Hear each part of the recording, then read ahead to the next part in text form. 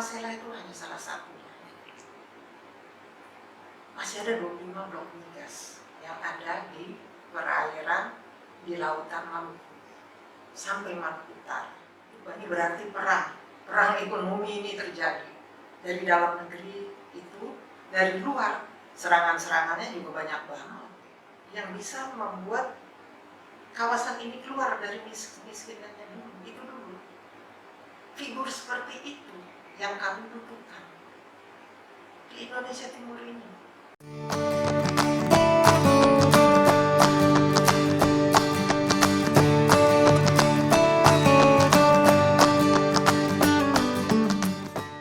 Selamat sore penonton yang setia. Hari ini kami bersama Ibu Angelina Patiasina. Beliau pernah menjadi anggota MPR RI dan DPR RI. Selain mendalami persoalan ekonomi politik, Ibu Angelina juga sangat peduli dengan situasi dan kondisi di kawasan timur Indonesia. Ibu Angelina merupakan pendiri Archipelago Solidarity Foundation. Selamat sore Ibu Angelina. Selamat sore Bu, selamat sore semuanya. Terima kasih pada sore hari ini kami bisa berbincang-bincang dengan Ibu. Kita ingin sedikit menanyakan beberapa persoalan yang berhubungan dengan kawasan timur Indonesia. Seperti apa Ibu pengembangan kawasan timur secara umum yang Ibu lihat? Kalau kita bicara tentang Indonesia Timur ini, saya akan memberikan satu ilustrasi. Indonesia Timur ini kita ibaratkan dia ada di dalam satu rumah besar, rumah Indonesia. Dan dia menjadi anggota dari satu keluarga besar juga, keluarga bangsa Indonesia. Inilah Indonesia Timur itu merupakan beberapa anak yang ada di dalam rumah Indonesia. Tetapi anak-anak ini khususnya kalau kita bicara tentang kawasan timur, Papua Barat, NTT dan Maluku, ini sangat kurang mendapat perhatian dari orang tuanya di dalam rumah Indonesia ini. Mengapa saya katakan demikian? Karena kalau kita melihat dari data-data laporan dari Badan Pusat Statistik Republik Indonesia, kita ambil saja data yang tahun 2020 yang baru dirilis pada bulan Februari yang lalu. Itu Papua menempati ranking yang nomor 1, tingkat nomor 1 dari provinsi termiskin di seluruh Indonesia, dengan sekitar kurang lebih 26,6% penduduk miskin yang ada di sana. Kemudian disusul dengan Papua Barat sekitar 21, sekian persen, lalu NTT 21, sekian persen juga, baru Maluku 17, sekian persen. Dan kemiskinan ini dia bukan baru tahun 2020 atau waktu pandemi. Ini sudah terjadi puluhan tahun, berpuluh tahun. Sehingga saya bilang, ini kenapa jadi permanen miskinnya? Ini seperti miskin permanen. Kalau saya lihat 4 kawasan ini yang di Republik Indonesia ini. Nah, kemudian kita akan bertanya apa sebabnya? Kenapa sampai 4 kawasan ini seakan-akan hanya menjadi penonton saja di dalam negara ini? Dia ini ibaratnya kalau kita bicara di Indonesia Timur di situ, bahwa kami ini hanya arisan aja. Kadang-kadang NTT nomor 4, Maluku nomor 3, termiskin. Pada tahun 2013, Maluku sempat menjadi nomor 3, termiskin. NTT nomor 4. Nah sekarang kami nomor 4 dan NTT nomor 3. Ini terus-menerus kejadiannya begini. Itu yang saya katakan, kami ini miskin permanen sekarang sudah berpuluh tahun. Sebenarnya apa yang menjadi penyebab utama ketertinggalan di kawasan timur ini? Banyak faktor. Tapi mari kita lihat ini kita harus kembali kepada apa sih sebenarnya berbangsa itu apa? Kalau kita ini satu bangsa, ini apa? Indonesia ini apa sih? Apakah Indonesia ini hanya Jawa? Ataukah Indonesia ini milik kita semua? Contohnya, saya lahir di Palembang. Ayah saya dari Saparua, dari negeri Boi, tepatnya. Ibu saya dari Kepulauan Sangihe, di utara Republik Indonesia ini. Non jauh di sana, pulau kecil sekali.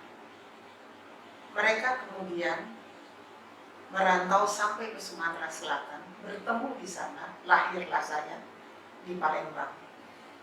Sehingga saya bisa melihat bagaimana masyarakat Sumatera Selatan, khususnya Palembang, melihat Indonesia ini. Melihat Indonesia jangan hanya dari Jawa, tapi mari kita melihat Indonesia juga dari Palembang.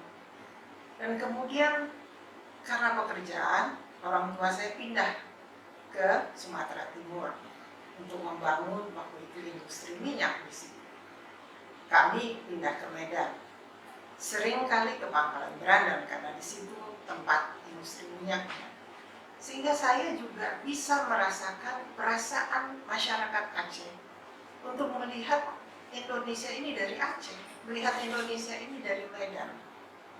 Dan kemudian sebagai orang Maluku, saya kembali lagi ke sana, berjuang di sana. Dan saya bisa memahami juga bagaimana sebenarnya kita orang Maluku melihat Indonesia itu. Dan saya sering katakan, jangan kita melihat Indonesia hanya dari Jawa atau dari Jakarta bahkan. Mari kita lihat juga dari Maluku.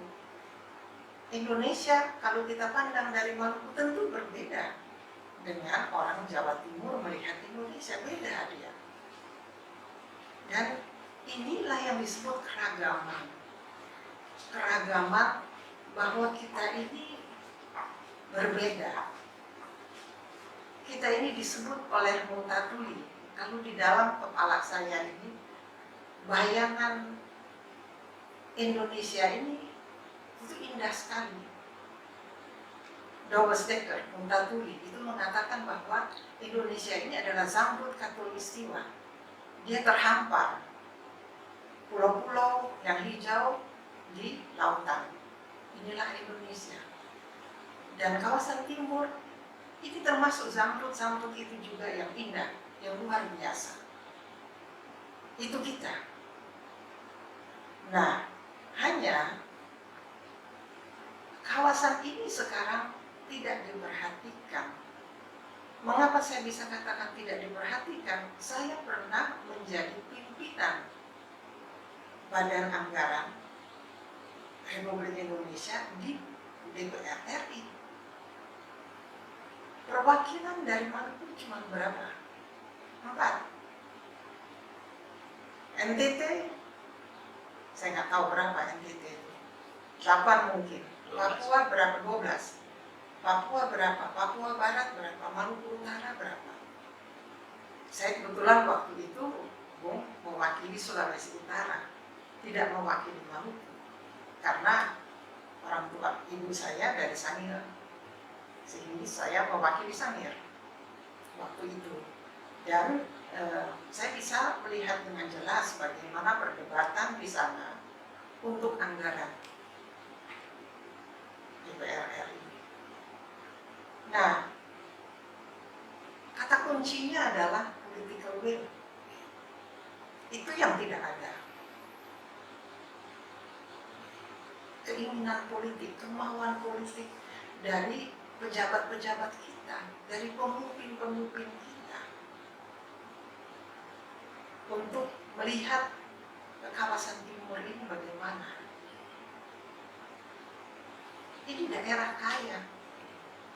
Sebelum mulai tadi kita sudah bicarakan tentang Sumba, di mana itu adalah dulu disebut Sandalwood, Pulau Sandal, Pulau Cendana sudah ada dalam Alkitab ribuan, wah itu berapa ribu tahun yang lalu itu ada.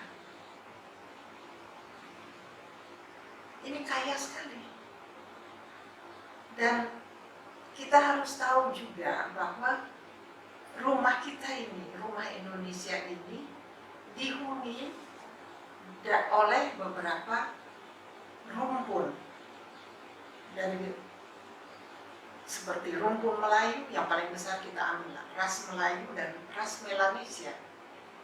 Kebetulan yang miskin ini ras Melanesia semuanya. Sulawesi ke situ, nah itu Melanesia, Maluku, Papua, NTT, Maluku Utara, bahkan NTB sebagian, Sulawesi sebagian, itu ras Melanesia yang ada.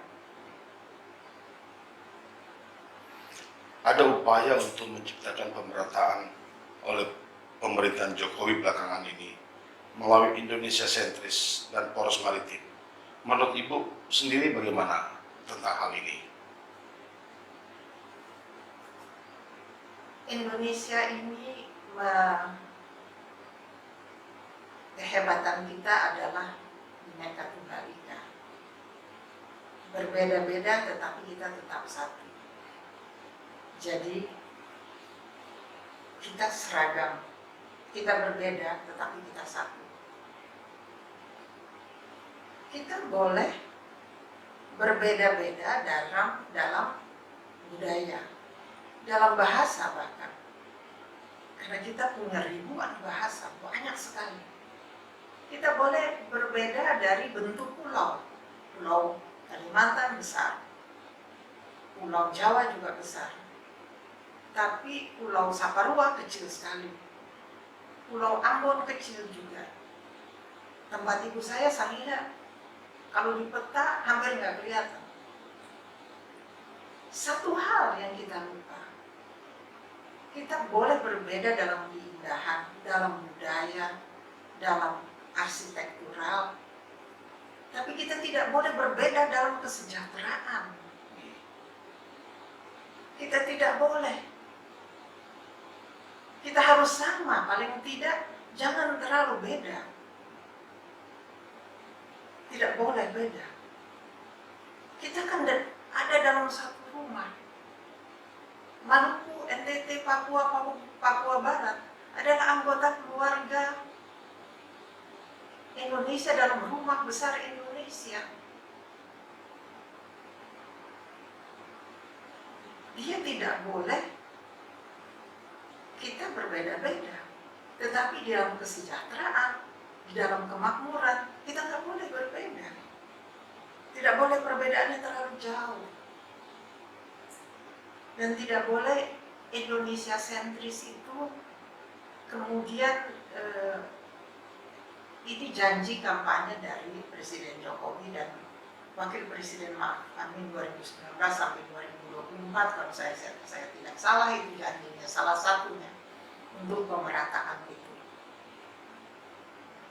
Apakah itu sudah merata kita?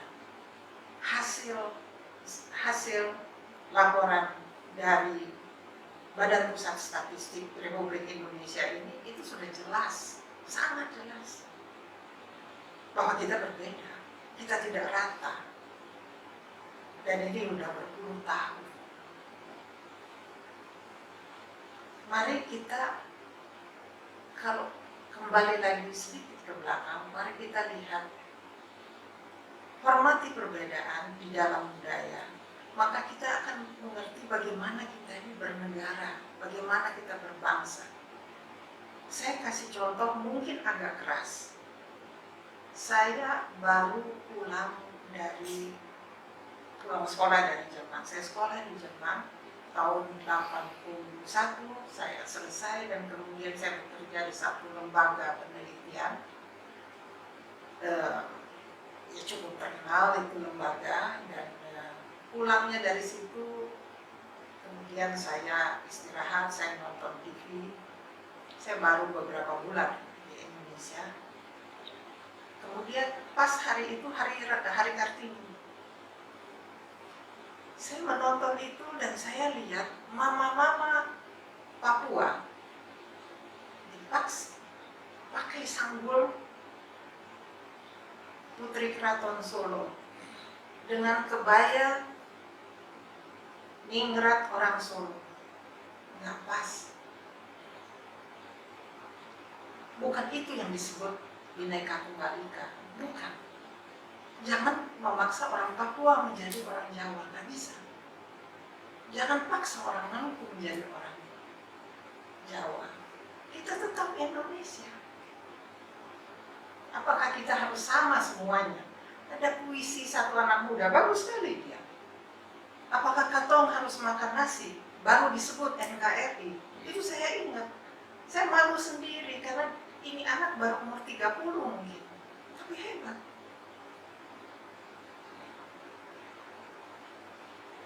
Ini yang saya kira political will. Political will ini adalah dasar dari semuanya untuk kita memperhatikan lebih pada saudara-saudara kita di timur Indonesia. Pak Jokowi kan seperti yang sudah kita lihat sendiri bagaimana memiliki political will seperti yang dimaksudkan dengan Indonesia sentris dan poros maritimnya. Tapi kenapa ya itu nggak bisa tercipta seperti yang kita bayangkan atau yang seperti yang diinginkan oleh Jokowi sendiri? Itu tadi yang saya katakan. Kalau Presiden Jokowi sendiri mungkin dia ingin meninggalkan satu legacy yang bagus, bahwa kita harus menghormati perbedaan. Itu kalau masalah Indonesia sentris, pemerataan pembangunan infrastruktur dan lain sebagainya. Tetapi apakah pembantu presiden, apakah teman-teman di parlemen juga melihat hal yang sama? Ini yang tadi yang saya katakan, melihat Indonesia dari Maluku, melihat Indonesia dari Aceh, melihat Indonesia dari Sangihe, berbeda. Dan akhirnya political will dari kawan-kawan ini juga tidak ada. Kalau yang mau disebut orang Indonesia, mungkin itu kita yang dari jauh datang. Semua sangat bagus, itu harus kita ketahui. Tapi yang lebih penting dari itu adalah tindakan nyata dari pemimpin, tindakan nyata dari pejabat-pejabat kita. Kalau miskin itu apakah itu Pancasila? Di mana Pancasilanya? Kemanusiaan yang adil dan beradab di mana? Apabila miskin seperti Maluku, kawannya miskin apa? Kurang pendidikan. Kawannya miskin apa lagi? Kurang sejahtera, kurang sehat. Sehingga kualitas pendidikan juga pasti jatuh. Padahal kalau kita lihat, pendidikan ini yang sebenarnya yang membentuk peradaban. Sekarang mari kita lihat apa yang terjadi. Kalau mau dibilang, oh iya kita sudah rata. Sekarang kita lihat, APBD DKI berapa? 89 triliun. Maluku berapa? Rasanya sejak saya jadi pimpinan Badan Anggaran sampai hari ini, itu 2002, sampai hari ini 2021, nggak jauh tuh, nggak berkisar jauh dari 3,2 triliun. Maluku Utara 2,7 triliun kalau nggak salah ya. NTT lebih tinggi dari Maluku, saya agak lupa angkanya berapa. Papua ya pasti lebih tinggi, dia sekitar 8, tapi tetap DKI itu 89 triliun. Artinya apa? Ini distribusi pendapatan, Bu. Kalau kita sebut tadi keinginan, di mana keinginannya? Keinginan politik yang mana? Yang lebih parah lagi, kami sudah miskin, kemudian ada eksploitasi migrasi. Nah, orang udah miskin kita dikasih lagi orang miskin banyak benar. Bagaimana tuh? Pulau Seram penuh dengan transmigrasi, Papua penuh dengan transmigrasi, dan itu terus. Bukannya kita tidak punya hati terhadap saudara-saudara kita yang kekurangan, tapi jangan dong. Dan ini nggak berhenti. Itu satu contoh saja. Kembali lagi tadi, distribusi pendapatan tadi. Mengapa itu terjadi? Orang bilang, iya karena formula dari Jumlah penduduk. dari otonomi daerah, formulanya adalah demikian. Memang bahwa luas daratan dan jumlah penduduk itu yang menjadi faktor penentu untuk mendistribusikan anggaran ke setiap provinsi atau ke setiap daerah. Ini sudah tahu salah. Dari tahun 2002, sejak itu diterapkan. Sudah pernah ada amandemen Undang-Undang Kopda itu, kalau saya tidak salah itu 2004 itu, kalau nggak salah. Tetap saja itu nggak diganti. Di mana political will-nya? Ya mendaratnya pasti begitu. Anggarannya kecil, dan kemudian kalau kita bilang pertumbuhan ekonomi, oh, apalagi kalau pejabat di Maluku mengatakan, oh, katong tumbuh lebih dari ini sebelum pandemi ya, lebih dari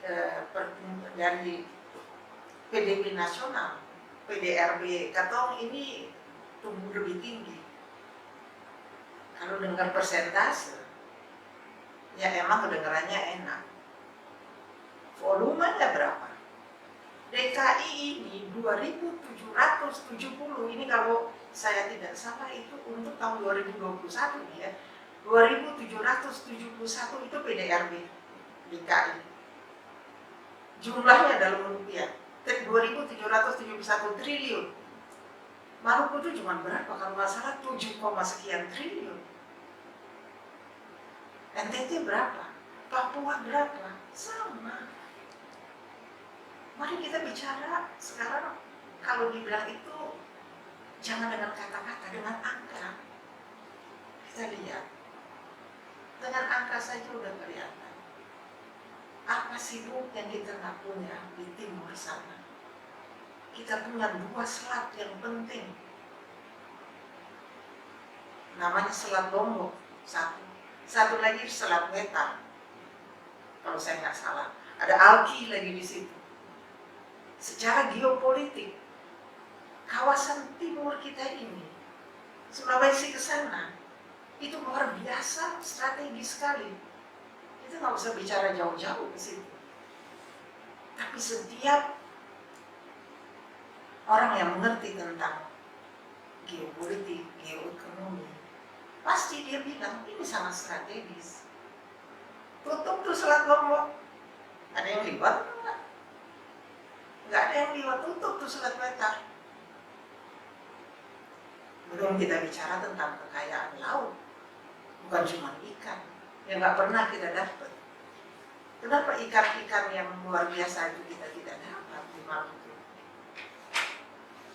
Ya karena 12 mil dari pantai itu yang menyempurnakan lagi kemiskinan kita. Aturannya kan 12 mil dari pantai itu bukan punya daerah setempat, memang begitu. Batas wilayah itu sudah punya pusat. Sempurnalah kemiskinan ini jadinya. Dan ini tidak diperbaiki berpuluh tahun. Saya bisa bicara begini karena saya mengalami sendiri, saya duduk di situ sendiri, melihat ini semuanya.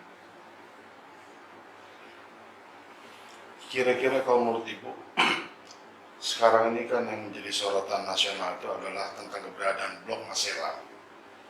Mengenai Blok Masela ini sebenarnya apa yang harus dilakukan sehingga Maluku sendiri atau Indonesia Timur bisa mendapatkan keuntungan dari Blok Masela yang ada?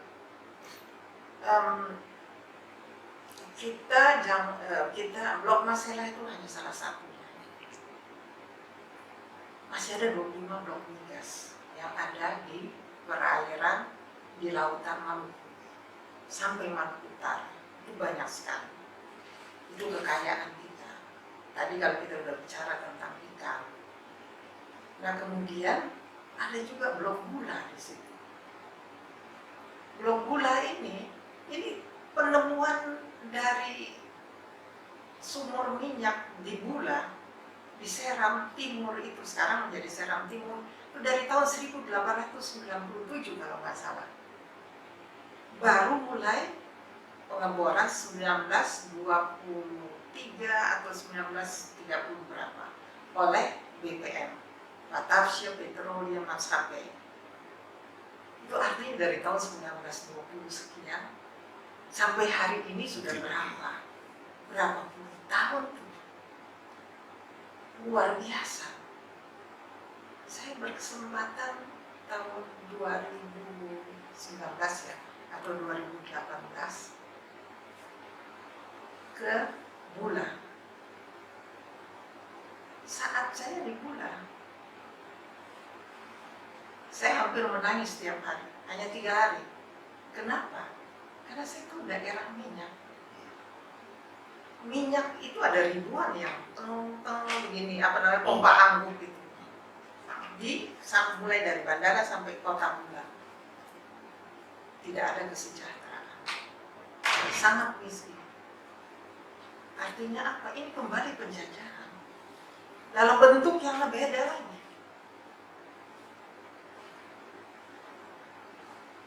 Penjajahan yang macam apa yang saya bisa sampaikan? Penjajahan ekonomi. Minyaknya diambil, dikeruk terus, tetapi tidak pernah dirasakan oleh masyarakat setempat. Kita nggak tahu pejabatnya ya, tapi yang jelas masyarakatnya miskin.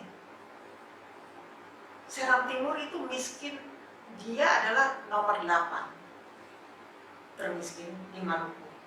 Kita punya 11 kabupaten kota dan dia nomor 8. Nomor 1 yang paling miskin itu adalah Maluku Barat Daya. Nomor 2 Maluku Tenggara Barat, sekarang namanya KKT.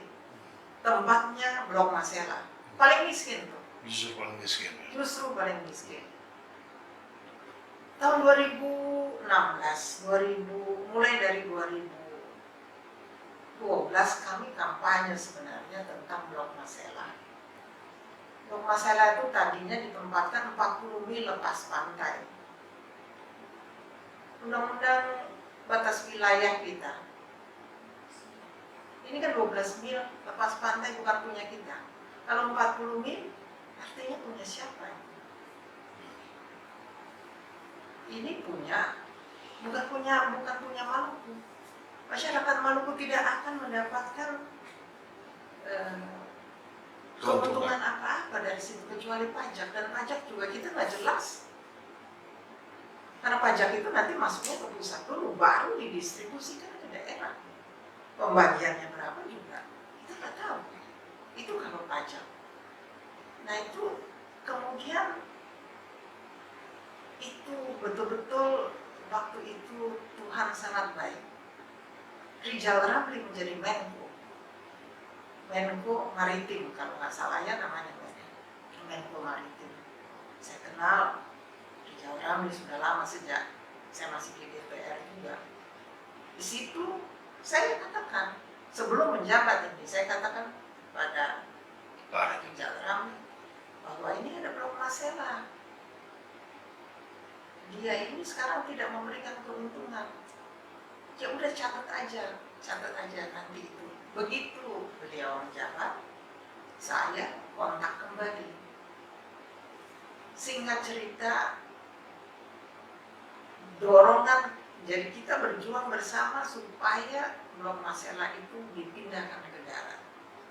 Kalau dia dipindahkan ke darat, maka manfaatnya yang tadi kita cerita ada. Ini konkret. Itu kita kan tidak minta harta orang Sulawesi atau harta orang Bali. Yang kita minta kan harta orang Maluku sendiri. Kami minta Blok Masela untuk kami pindahkan ke darat. Dengan dia dipindahkan ke darat, maka akan ada satu big push strategi namanya kalau dalam istilah ekonomi, itu dorongan besar. Karena Maluku bila tidak dirubah dari strategi distribusi anggaran kita, undang-undang otonomi daerah itu tidak dirubah, masih tetap aja dengan jumlah penduduk dan luas daratan dan kemudian batas wilayah, Maluku tidak akan pernah keluar dari kemiskinan. Maka kami sendiri bersama-sama, ya kita semua kan masih ingat, kita semua berjuang, semua sampai akhirnya dipindahkan ke darat.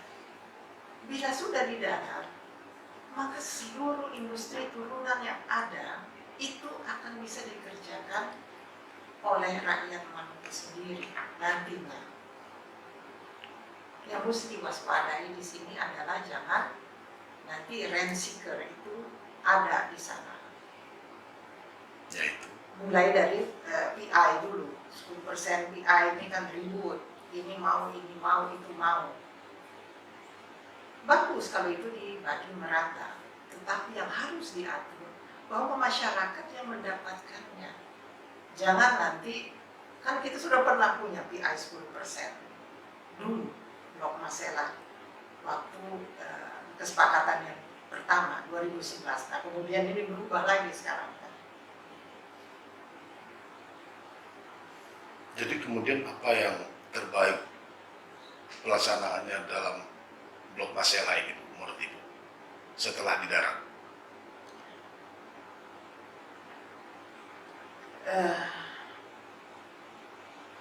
Harus transparan, nomor satu itu. Masyarakat adat juga harus mendapatkan bagian dari pengelolaan Blok Masela ini. Oke, provinsi, pemerintahan provinsi dia bisa juga mendapatkan, tetapi dari kabupaten juga. Yang paling penting adalah seluruh masyarakat Maluku bisa mendapatkannya. Saya pikir banyak sekali sekarang ini sudah model-model bagaimana pembagiannya. Dan waktu itu kami pernah membuat satu seminar sangat lama, Bung juga menjadi moderatornya saat itu, bagaimana untuk kesejahteraan masyarakat setempat. Blok Masela itu sendiri dia bisa menghidupi NTT, Papua, sekitar ini semuanya bisa. Belum kita bicara tentang listrik aja, dari gas. Itu kan luar biasa. Kemudian industri petrokimia itu yang udah pasti aja, dari gas juga. Kita berharap Blok Masela ini bisa segera beroperasi. Menurut Ibu, kira-kira figur kepemimpinan nasional seperti apa yang dibutuhkan agar Blok Masela ini bisa segera beroperasi? Mungkin setelah 2024, apakah kita butuh seorang jenderal, ataukah butuh seorang manajer, atau seorang seperti Jokowi, atau bagaimana menurut Ibu? Yang pertama, ini kalau kita bicara kembali lagi nasional, yang kita hadapi ini apa sekarang ini? Pandemi ini yang sudah merusak sendi-sendi ekonomi kita, berantakan semuanya. Ini berarti perang ekonomi ini terjadi dari dalam negeri itu, dari luar serangan-serangannya juga banyak banget. Karena Indonesia ini pasar besar ini, jangan salah. Pasar yang sangat besar dengan jumlah penduduk 200, berapa sekarang kita? 270 sekian juta manusia. Ini luar biasa. Dan kemudian apalagi yang kita hadapi sekarang? Masalah apa? Masalah kedaulatan. Masalah integrasi. Ada Papua di sana yang sedang bergejolak. Ini menjadi masalah. Pemimpin apa yang dibutuhkan? Pasti pemimpin yang kuat, yang punya dedikasi sesungguhnya untuk seluruh masyarakat Indonesia. Itu satu. Kalau balik ke kawasan timur, tentunya kami mungkin akan mengatakan, nah, untuk apa kita pusing mikirin presidennya siapa? Berpuluh tahun, lah itu buktinya. Itu miskin terus. Kenapa mesti kita pikirin presidennya siapa? Ya kita mesti peduli, tapi kan nggak mungkin. Kita mesti peduli juga. Presidennya yang mana? Pasti presiden yang mau memberi kesejahteraan kepada yang betul-betul punya political will, bukan hanya di kata-kata, tetapi juga dalam tindakan yang akhirnya terwujud di dalam sebuah strategi pembangunan nasional yang bisa membuat kawasan ini keluar dari miskinannya dulu. Itu dulu. Figur seperti itu yang kami butuhkan di Indonesia Timur ini, terutama 4 kawasan tadinya, terutama itu. Dan yang juga sebagai seorang nenek, sebagai seorang ibu, sebagai seorang wanita, saya akan katakan yang sayang kepada kami.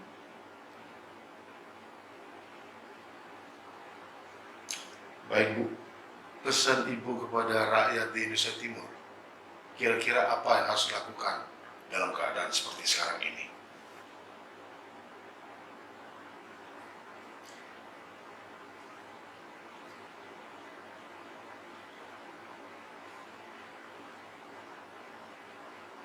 Kondisinya susah sekarang ini.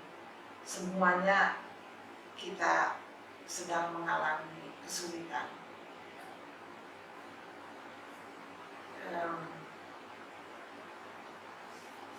Pesannya itu jangan kita mudah menari di genderang orang lain. Sangat cepat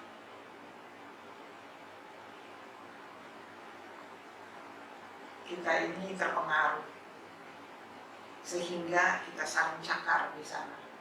Jangan. Ya, mari kita lihat, apabila kita memilih seorang pemimpin, itu yang paling penting. Jangan karena dijanjikan atau imbalan-imbalan yang cuma berapa menit dan habisnya juga mungkin 2 bulan pada saat pemilihan. Apakah itu pemilihan legislatif ataukah itu pemilihan, kalau eksekutif mungkin enggak, tapi legislatif dan pilpres. Jangan hanya karena janji-janji itu tadi yang saya bilang, janji sesaat itu. Kita sama-sama tahu apa itu janji itu. Yang tidak pernah diselidiki juga, walaupun itu terang benderang di depan mata kita terjadi. Jangan karena itu kemudian kita memilih seorang pemimpin yang akhirnya kita sesali sendiri. Karena dia sudah membayar kita. Jadi kalau dia tidak berbuat banyak untuk kita, untuk masyarakat, semuanya, jangan marah. Dia udah bayar. Pasti dia katakan, beta so bayar sih. Mau apa lagi? Jangan itu.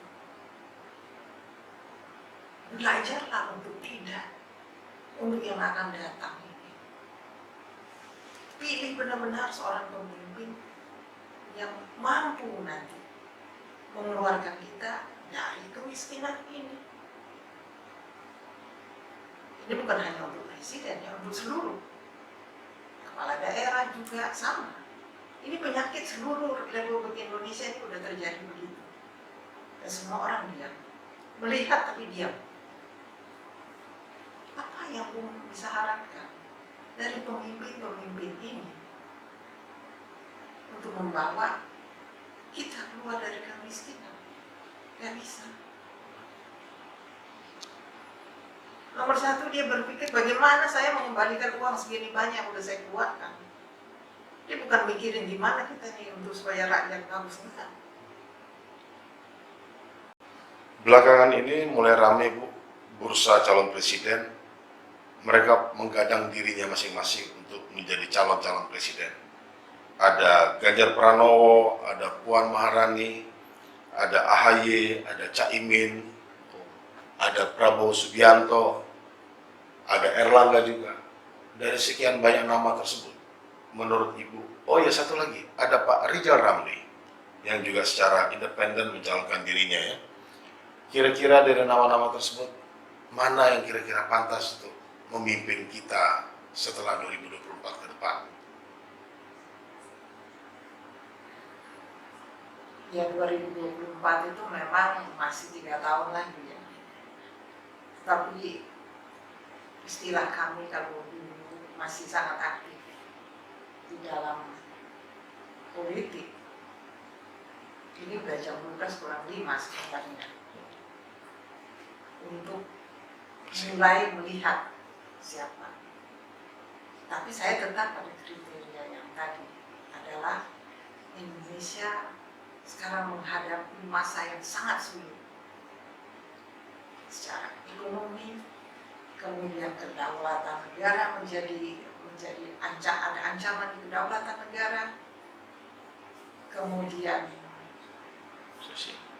ya kondisi sosial kita sudah pasti yang nanti akan menjurus ke sana. Dan maaf, satu lagi, masalah ideologi ini juga nomor satu ini tantangan kita. Dan waktu pilpres yang kemarin digesek-gesek terus ini antara kadrun sama cebong. Saya sendiri nggak tahu, sering saya bertanya apa itu kadrun, apa itu cebong, kan nggak ngerti juga. Tapi ini terus saja digosok. Ini masalah nanti. Kita butuh seorang pemimpin yang bisa mengatasi masalah ini. Artinya apa? Ini harus pemimpin yang kuat. Saya selalu bilang jangan kasih new kid on the block, jangan. Maksudnya apa? Dikit dulu. Anak baru jangan. Artinya yang lama. Bukan. Jangan yang kan sekarang milenial, anak muda, boleh saja wapresnya silakan, presidennya harus benar-benar orang yang kuat sekali dia untuk bisa menghadapi ini semua. Dan kemudian jelas kalau kami Maluku, Papua, NTT, Papua Barat, Sulawesi jelas, Sangihe bagaimana mereka yang benar-benar mau berjuang dan memperjuangkan kemiskinan dihapuskan dari sana. Itu kriteria dari saya kalau secara pribadi. Sebagian mereka saya kenal. Saya kenal Ganjar. Saya kenal Puan juga. Ya, Erlangga. rasanya saya nggak kenal. Tapi kira-kira tahu. Dari semua calon-calon itu menurut Ibu yang mendekati untuk mendapatkan dukungan dari rakyat, khususnya dari Indonesia Timur. Sebagai seorang, saya dulu gerakan siswa nasional Indonesia, berarti saya ini nasionalis kan. Pasti saya kenal Ganjar. Tetapi mohon maaf kalau saya lihat, saya sering memantau karena saya pikir ini calon yang akan memimpin Republik Indonesia, salah satunya. Saya melihat YouTube-nya dan saya pelajari. Mohon maaf, harus banyak dia keliling Indonesia lagi. Bahwa banyak budaya di Indonesia ini. Masih banyak lagi kamar-kamar di dalam rumah Indonesia ini. Kamar ini berbeda-beda. Kita punya budaya yang beda-beda juga. Harus kenal dulu bagaimana orang Sumba di NTT situ. Baru bisa, tetapi kalau untuk Jawa ya hebat ini, luar biasa. Saya mengerti bahasa Jawa. Dan saya tahu luar biasa kalau saya lihat dia di Bali, kemudian naik sepeda, kemudian dia lesehan dengan siapa, itu saya perhatikan, saya lihat itu masih Jawa. Ibu yang mengatakan belum ada yang bisa mengerti kondisi di luar Jawa dari para calon presiden tersebut. Oh enggak, saya enggak bilang begitu.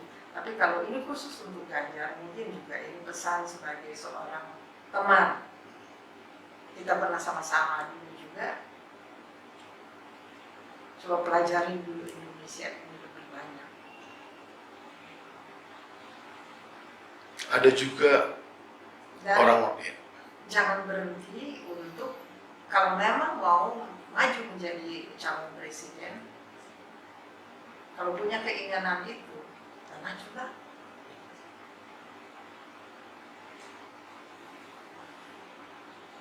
ada juga Dari semua yang tadi disebutkan namanya, yang pernah kami rasakan langsung di dalam tindakan itu di Jakarta. 2024 masih 3 tahun. Kira-kira apakah yang menjadi pesan Ibu pada pemerintahan Jokowi masih tersisa 3 tahun ini? Tanpa kita sadarinya, kita kembali lagi seperti masa-masa Orde Lama, di mana politik menjadi panglima. Apa-apa sedikit politik. Kalau kita lihat janjinya dahulu kami akan memilih anggota kabinet yang profesional, yang benar-benar mampu menduduki tempatnya sebagai menteri. Kami tidak akan melibatkan orang politik ke dalamnya. Wah, saya luar biasa berbunga-bunga dengannya. Sekarang apa?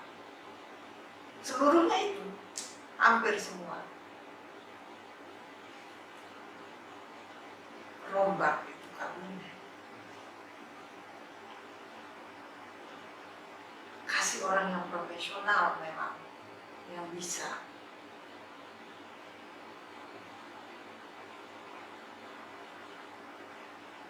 Oke, Bu. Terima kasih Ibu atas waktu dan kesempatan wawancara kali ini. Semoga nanti kami bisa mendapatkan kesempatan lagi. Selamat sore Ibu. Selamat sore, terima kasih. Oke.